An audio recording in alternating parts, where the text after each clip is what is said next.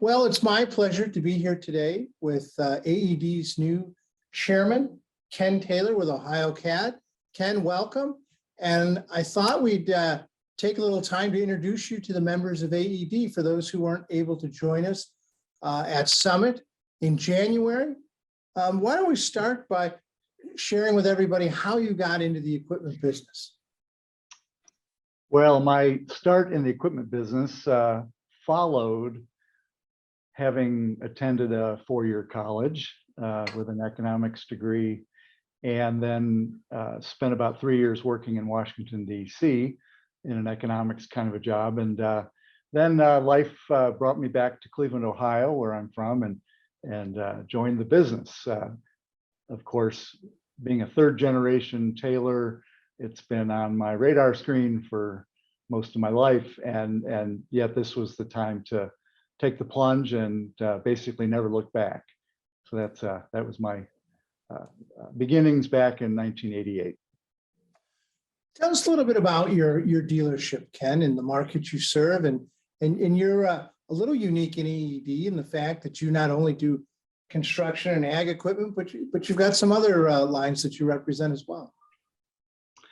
Well, for sure, the core of our business is being the cat dealer for most of Ohio and then northern Kentucky and southeastern Indiana. I'm third generation, so my grandfather, Tom Taylor Sr., and my dad, Tom Taylor Jr., preceded me, and our identity is at the core being a cat dealer. However, Ohio is a tremendous state in terms of its economy, its diversity of markets, its location in the country. And so we really have diversified quite a bit in the last 20 years. And today we have a Peterbilt dealership that we call Ohio Peterbilt. We have an agricultural equipment business we call Ohio Ag Equipment. And that is a business that represents AGCO products and Kloss products, basically products that Caterpillar was involved with prior to 2001. And then we have a component remanufacturing division that is focused on hydraulic components, all makes, and then diesel fuel systems as well in the remanufacturing area.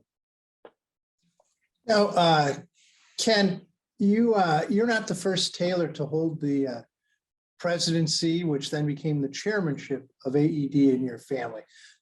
Share with our viewers just a little bit of the legacy that you're fulfilling here. Well, I'll first say that the term legacy and the theme legacy is really big with me. We celebrated our 75th anniversary back in 2020 and 2021. And so legacy is important. That's true in my own family business, but it's also true with AED. My dad, Tom Taylor Jr., was AED chairman or president. Which one was it?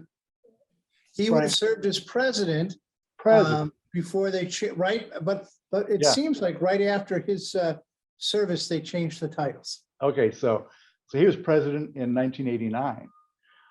It was a great move in his career to contribute back to the industry.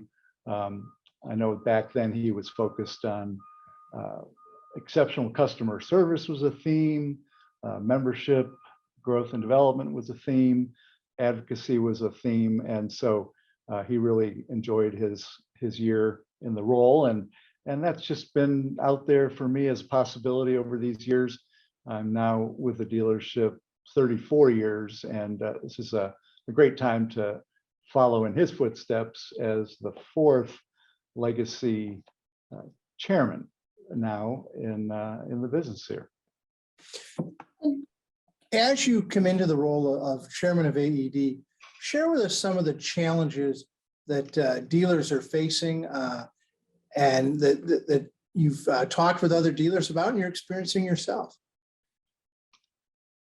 Well, let's take a 30,000-foot view and first start with workforce development. That is just our long-term and most impactful challenge and constraint on our businesses.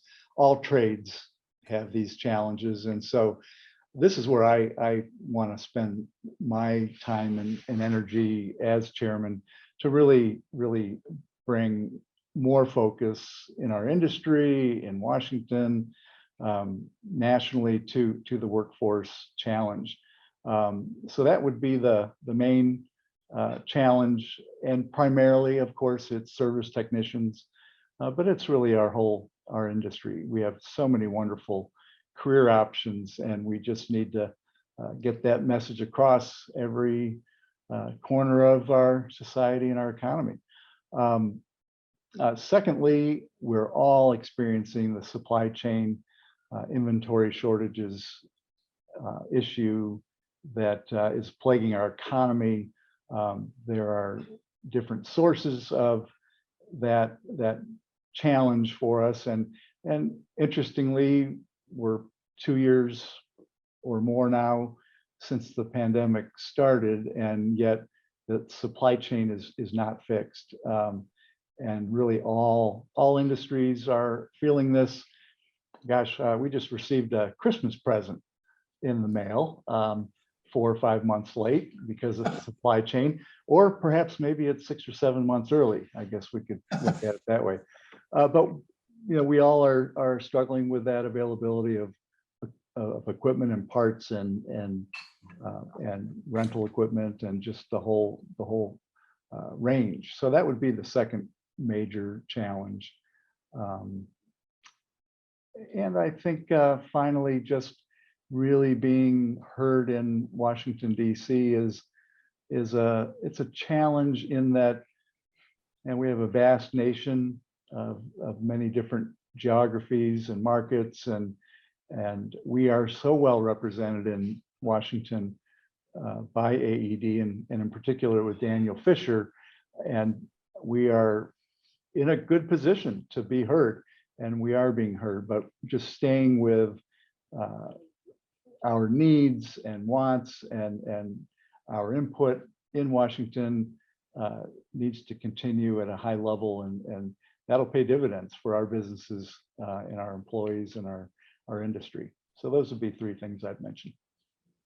And how would you respond to an AD member who says, yeah, I know you guys do that advocacy in Washington, and I've seen the event in Washington, but that's so far away, and it really has no impact on my business. How would you answer that? The first thing I would tell somebody is that it is, in the first place, educational. We learn a bit about civics and all that in our youth, in high school and so on, and perhaps later on, and so you get to see the actual process of advocacy and legislating and the executive branch. You get to see all that in person, and so that's interesting for starters. And then with the help of AED, when you are attending the fly-in, for example, AED brings you up to speed. AED tells you where things are currently, where we should focus ourselves when we're in DC. So in a way, AED holds our hands as we prepare ourselves to then go to the Hill and talk to our own representatives. And you'll find, yeah, someone might be from Southern California. Well, their senators and their Congress people are there in Washington looking out for their constituents' interests. And so there is a familiar representative there in DC. It's important in our business and important as leaders, especially to be engaged with legislators at the state level and the federal level.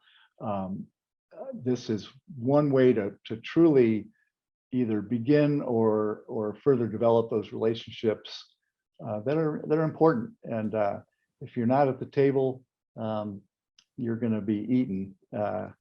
Some people like to say, and so let's all try to be at the table and represent our our needs and interests of our geographies and territories. It's really important. Well, that's well said,